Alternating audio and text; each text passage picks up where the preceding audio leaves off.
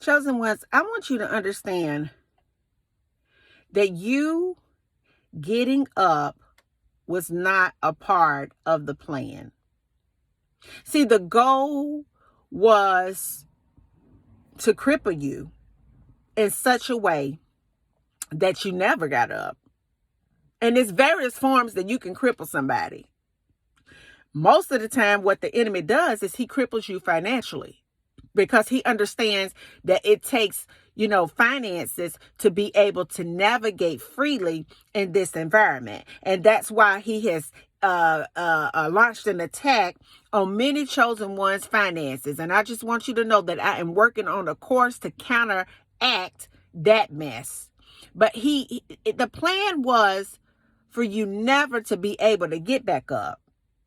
The plan was to destroy your finances, to ruin your credit, to ruin any kind of relationships that you may have, to ruin your reputation, and really everything about you. But the problem was, you old sly fox, you got up. I want you to understand that the enemy never wanted you to get up.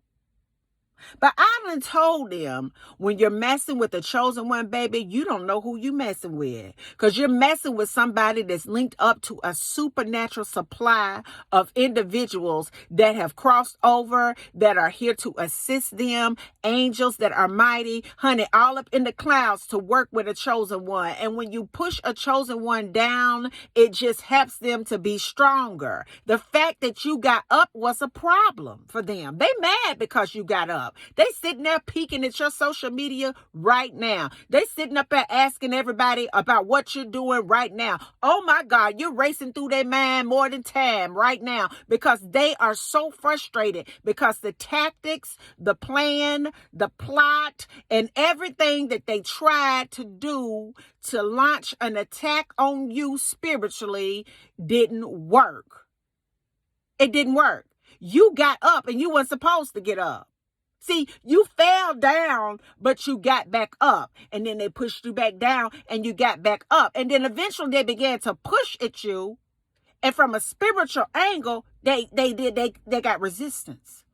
Because what they did was they sparred with you to give you an idea of what spiritual warfare looks like. See, when we're at my job, before we work, we spar with one another. And in that sparring time, what we do is we come up with different problems, different objectives, different scenarios. People saying, no, I ain't interested.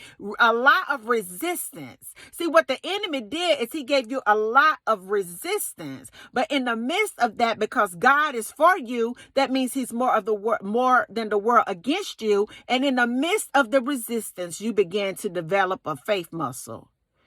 You began to develop more spiritually. You began to develop more physically.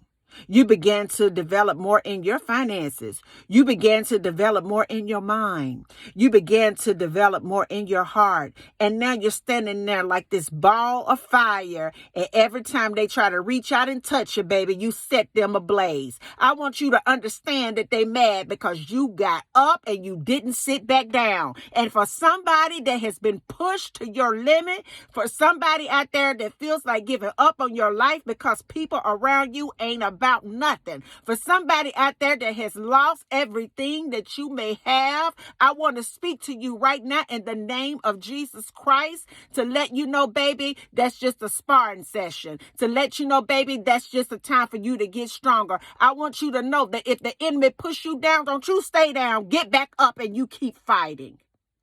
Keep fighting for what you are, for who you are, and for the God that you believe in. Because I tell you the truth, that we are living in a time where the enemy is sure enough busy with people with weak minds to destroy you.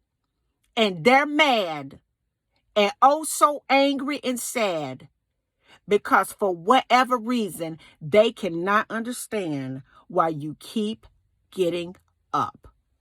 And until the next video, guys, peace, because I believe in your strength. Bye now.